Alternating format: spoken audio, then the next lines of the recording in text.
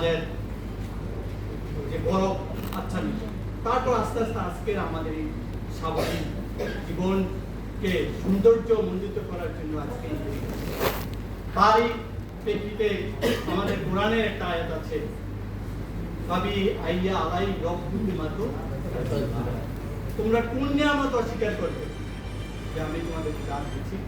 আজকে আমাদের সেটাই চলে আসছে, এই যে নারী আমাদেরকে দিয়েছে আল্লাহ, এটা কিন্তু আমাদের নিয়ামতটা অস্বীকার করতে পারবো না। যে কারণ তাদের কারণে আমাদের আজকে সাফল্যতা, আমাদের তাদের কারণে আনন্দ, তাদের কারণে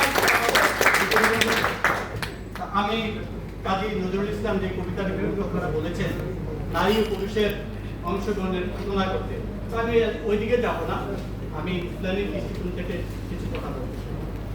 পবিত্র কোরআনে আল্লাহ তাআলা বলেছেন, হে মানব জাতি, আমি তোমাদের এক পুরুষ ও এক নারীকে সৃষ্টি করেছি, তোমাদের বিভিন্ন জাতি গোত্রে বিভক্তি করেছি যাতে তোমরা পরস্পর পরিচিত হতে পারো। নিশ্চয়ই আমার দৃষ্টিতে তোমাদের মধ্যে সেই ব্যক্তি সর্বাধিক সম্মানিত যে সর্বাধিক ক্ষুধার্ত। তাই এরই প্রেক্ষিতে হাদিসে দেখেন আমার নবীজি তো আছে নারীদের দিয়ে কিন্তু তার জীবন শুরু শেষ নারীদের কিভাবে আমার নবীজি যখন পৃথিবীতে আসেন, মা আয়েশা মা আমেনা, তারপরে মারা যাওয়ার পরে দুধ মা আসলো মা হালিমা, এটা মানবিকতা নিয়ে আসছে। তারপরে আসলো যে অর্থনীতিটা কিভাবে আসবে সেটা মা খাদিজাকে নিয়ে আসলো। তারপরে আসলো আইন এবং শিক্ষা, সেটা নিয়ে আসলো মা আয়েশার মাধ্যমে। তারপরে আসলো আমাদের যে উম্মে সালমা, যিনি আমাদের বিভিন্ন কার্যক্রমকে নারী সমাজকে কিভাবে ক্ষমতাটা পরিচালনা করবে সেটারও একটা প্রক্রিয়া হিসেবে আসছে। তারপরে মা ফাতেমার দ্বারা আমাদের যে সন্তানদের কিভাবে নিয়ে আসবে সেটা আসছে।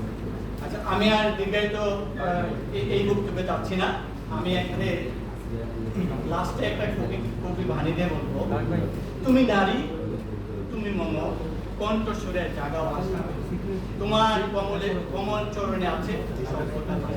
তাই আমি শেষ করতে আরেকটা গিয়ে বলবো, আমরা আজকে নারীদের জন্য কি করবো? পড়ে না চোখের পানি, আমি নাকি উমর সানি, আমাকে নিয়ে পরে যে টানা টানি, উমর সানি পানি টানি। শাবাশ শাবাশ ভাই ভাই ভাই ভাই মাহবুব রহমান